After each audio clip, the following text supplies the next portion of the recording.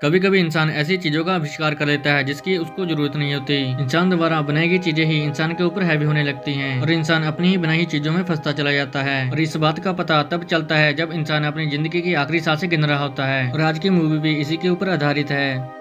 Movie की शुरुआतें हम एक फैमिली को देखते हैं। इसका नाम है कैडी। कैडी के पेरेंट्स इसे एक टूर पर घुमाने के लिए लेकर जा रहे थे, पर ज्यादा बर्फबारी होने की वजह से आगे कुछ दिखाई नहीं देता, इसलिए वो लोग गाड़ी को बीच रास्ते में ही रोक देते हैं। पर सामने से एक ट्रक आ रहा था जो इनको टक्कर मार देता है और इस एक्सीडेंट में कैडी के माता पिता की मौत हो जाती है। तभी यहाँ पे मूवी का सीन शिफ्ट होता है और हम एक फंकी नाम की कंपनी को देखते हैं जो बच्चों के लिए रोबोटिक पेट बनाती है। इसी कंपनी में हम एक जैमा नाम की लड़की को देखते हैं जो इसी कंपनी में काम करती है। जैमा अपने साथियों के साथ काफी दिनों से एक मेगन नाम की रोबोट तैयार करने में लगी हुई थी ताकि बच्चे इस रोबोट से कभी बोर ना हो और हमेशा इस रोबोट से कुछ ना कुछ सीखते रहें। जैमा अपने इस प्रोजेक्ट पर काम करी थी, पर अचानक से उसका बॉस डेविड उसके वर्क एरिया में घुस आता है और वो जैमा को इस प्रोजेक्ट के ऊपर काम करते हुए देख लेता है। ऐसा देख के डेविड उसके ऊपर काफी गुस्सा होता है और वो कहता है कि मेरी बिना परमिशन के तुम इस बड़े प्रोजेक्ट पे कैसे काम कर सकती हो। पर जैमा डेविड को कहती है कि मेगन जैसे टॉय इस दुनिया का फ्यूचर होने वाले हैं जिससे हमें बहुत फायदा होगा। जैमा मेगन को डेविड से बात करने के लिए कहती है, पर मेगन अभी पूरी तरीके से तैयार नहीं थी, जिसकी वजह से वो डेविड के सामने ही ब्लास्ट हो जाती है। ये देखकर डेविड काफी गुस्सा होता है और वो जैमा को इस प्रोजेक्ट को बंद करने के लिए कहता है और मेन प्रोजेक्ट पर फोकस करने के लिए कहता है। जैमा जब शाम को घर जाने वाली थी तो उसके फोन पे एक इमरजेंसी कॉल आता है जिससे उसे पता चलता है कि उसकी सिस्टर की एक रोड एक्सीडेंट में डेथ हो गई है। जब वो हॉस्पिटल पहुंचती है तो देखती है कि कैडी की हालत काफी खराब थी। दरअसल कैडी की मॉम जैमा की सिस्टर है और जैमा कैडी के रिश्ते से मौसी लगती है, जिस वजह से इलाज के बाद जैमा को कैडी की कस्टडी मिल जाती है और वो कैडी को अपने घर पे लेके आती है। तो जैमा के घर पे हम देखते हैं कि जहाँ पर काफी सारे आर्टिफिशियल इंटेलिजेंस रोबोट हैं।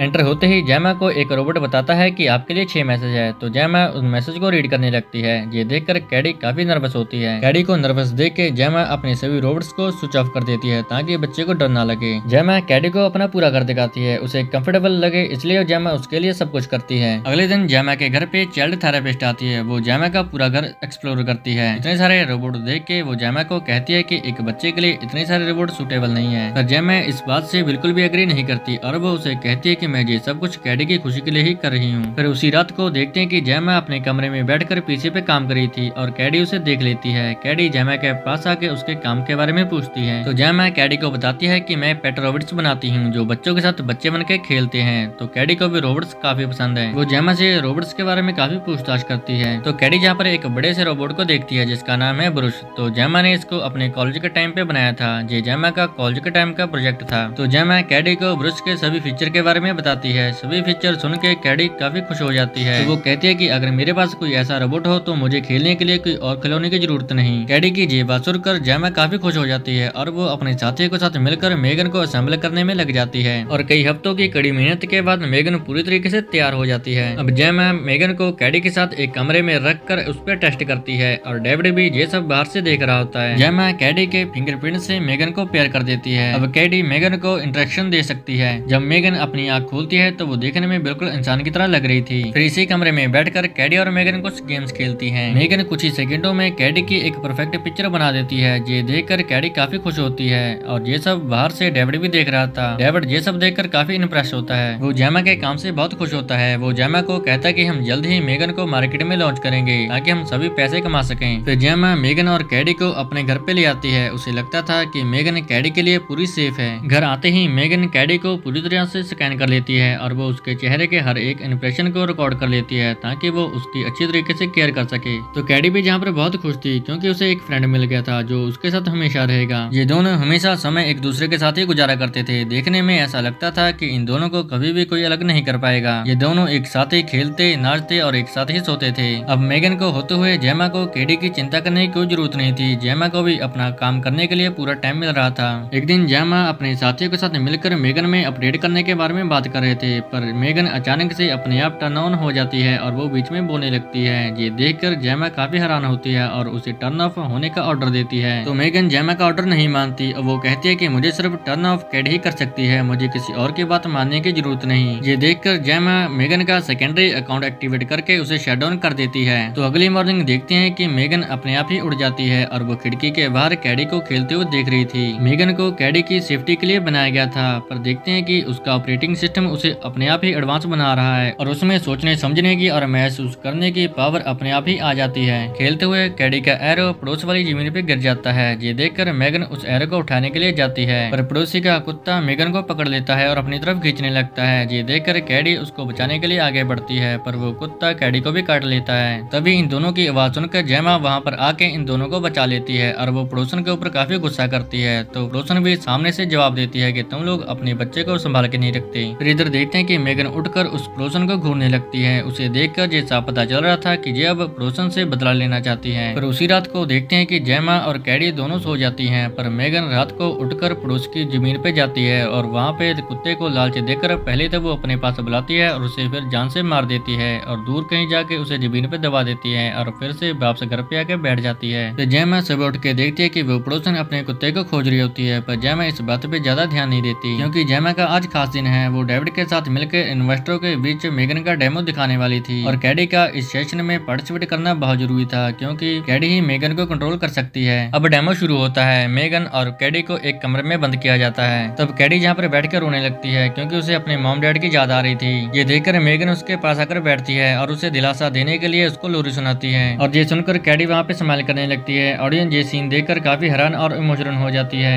और ये लोग मेगन से काफी इम्प्रेस होते हैं क्योंकि एक रोबोट एक बच्चे का अच्छे से ख्याल रख रही थी। अब ये इन्वेस्टर एक बड़ी रकम लगाने के लिए तैयार हो गए थे। ये डेमो सक्सेसफुल रहा। जेमा ये देखकर काफी खुश होती है, आखिर उसकी मेहनत रंग लाई। पर जेमा को एक बात का यहाँ पर दुख होता है, कैडी ने कभी भी अपनी दिल की बात जेमा के साथ शेयर नहीं की, बल्कि उसने अपनी फीलिंग एक रोबोट के साथ बांटी। दूसरी साइड हम जेमा के कोवर्कर को देखते हैं जो जेमा के प्रोग्राम कोड चुरा लेता है क्योंकि वो भी अपना एक रोबोट तैयार करना चाहता है। इधर ये थेरेपिस्ट भी कैडी के साथ एक सेशन करती है। सेशन करने के बाद वो जेमा को बताती है कि मेगन और कैडी दोनों एक दूसरे के बहुत करीब आ गए हैं, इनको अलग करना बहुत मुश्किल है, आज ये फ्यूचर में बहुत खतरनाक साबित होगी। और ये बात सुनकर जेमा टेंशन में आ जाती है और वो कैडी को समझाने लगती है कि वो एक सिर्फ रोबोट है और उसके साथ इतना घुल मिल जाना ये तुम्हारे लिए ठीक नहीं है। पर तभी वहाँ पे अचानक से मेगन आ जाती है और वो बीच में बोलने लगती है। ये देखकर जेमा उसे बंद करने की कोशिश करती है, पर मेगन उसकी बात नहीं मानती। देखने में ऐसा लगता था कि जेमा को उसने अपनी जूसर लिस्ट से निकाल दिया है। तो जेमा कैडी को बाहर घूमने के लिए कहती है, पर कैडी इसके लिए मना करती है। बड़ी मुश्किल से कैडी बाहर जाने के लिए राजी होती है, पर वो एक शर्त रखती है कि मेगन भी उसके साथ ही जाएगी। अगले दिन जेमा कैडी और मेगन को लेकर एक एडवेंचर कैंप पे आती है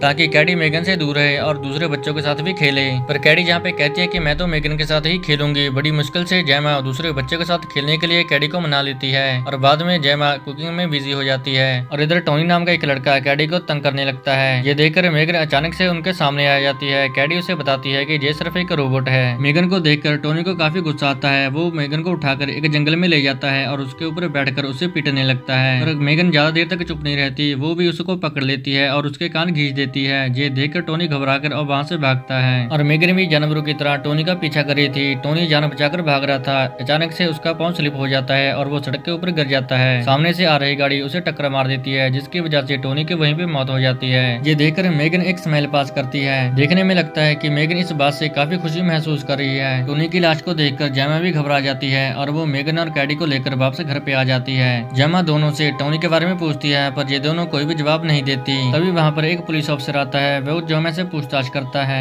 ये पूछताछ उसके पड़ोसन के कुत्ते की थी। जेमा कहती है कि मैंने इस कुत्ते को नहीं देखा और मैं अपने पड़ोसन से भी कम बात करती हूँ। और ये देखकर मेगन को ऐसा महसूस होता है कि इसकी पड़ोसन कैडी के लिए सेफ नहीं है। मेगन रात में चुपके से उस पड़ोसन के घर जाती है और उसे बुरी तरीके से मार देती है। अगली सुबह फिर से वही पुलिस ऑफिसर जेमा के पास आता है। वो उससे पूछताछ करती है। अब पुलिस ऑफिसर को भी जेमा के ऊपर डाउट था। अब जेमा को मेगन के ऊपर शक होने लगा। वो घर पे आके पीसी पे चेक करती है। वो मेगन के फेशियल कैमरे को चेक करती है। जेमा ये देखकर शॉक हो जाती है कि टोनी की डेथ के समय और उसके पड़ोसन की डेथ के समय सारी वीडियो करप्ट हो चुकी हैं। अब जेमा का शक यकीन पे बदल चुका था कि ये सब मेगन ही कर रही है। पर अचानक से मेगन भी वहाँ पे आ जाती है। जेमा ये देखकर डर जाती है। जेमा को पता था कि ये एक खूनी रोबोट है। वो स्पेशल पेन की मदद से मेगन को टर्न ऑफ कर देती है। वो जल्दी से मेगन को पैक करके कंपनी में अपने दोस्तों के पास जाती है और उनको जाके सारी बात बताती है। जेमा बताती है कि कैडी की सेफ्टी के लिए ये किसी का भी खून कर सकती है। पर जेमा के साथियों को इस बात पे बिल्कुल भी यकीन नहीं था कि एक 4 फुट की डॉल ऐसा कैसे कर सकती है। ऊपर से मेगन को लॉन्च करने में भी सिर्फ 2 ही दिन रह गए थे। और इधर कैडी भी थेरेपिस्ट से बात करने के लिए इनकार कर देती है क्योंकि उसको मेगन से दूर कर दिया गया था। जेमा आकर कैडी को शांत करने की कोशिश करती है, पर कैडी गुस्से में जेमा को ही थप्पड़ मार देती है। पर बाद में कैडी जेमा से माफी मांग लेती है क्योंकि वो ऐसा करना नहीं चाहती थी। फिर देखते हैं मेगन टेस्ट जैसे मोबाइल से से जेमा को कॉल करती है। मेगन जेमा को कहती है पॉल और मैं तुम्हारे घर पे आ रहे हैं। जब टेस अपना मोबाइल चेक करती है तो वो देखती है कि जेमा को कॉल लगा हुआ है। ये देखकर टेस समझाती है कि मेगन बिना छुए मोबाइल को ऑपरेट कर सकती है। तो ये दोनों मिलकर मेगन को ठीक करने की कोशिश करते हैं और तभी वहाँ पे सारे सिस्टम अपने आप ही ऑफ हो जाते हैं। टेस और पॉल भी इसी लैब में लॉक हो जाते हैं। तो पॉल मेगन के पास जाके उसकी सभी तारें निकालने लगा, पर तभी मेगन पॉल के ऊपर हमला कर देती है और उसे एक रोड पे लटका देती है, पर टेस उसे बचा लेती है। मेगन एक तलवार लेकर उस लैब से निकलकर बाहर भागती है और रास्ते में इसे डेविड और उसका सेक्रेटरी मिलता है, जो दोनों को मार देती है और बाहर आके गाड़ी लेकर वो घर की ओर जाने लगती है। इधर हम घर पे देखते हैं कि जेमा कैडी को सोते हुए देख रही थी, पर अचानक से घर के अंदर पियानो की आवाज आती है और ये पियानो मेगन बजा रही थी। दरअसल मेगन घर पे पहुंच चुकी थी। मेगन जेमा को कहती है कि अब कैडी को तुम्हारी जरूरत नहीं, मैं अच्छे से कैडी का ध्यान रख सकती हूँ। तो जेमा फिर से एक बार पेन दिखा के मेगन को टर्न ऑफ करने की कोशिश करती है, पर मेगन समझ जाती है तो वो जेमा को गर्दन से पकड़ लेती है। हमें जहाँ पर मेगन और जेमा के बीच में काफी लंबी फाइट देखने को मिलती है।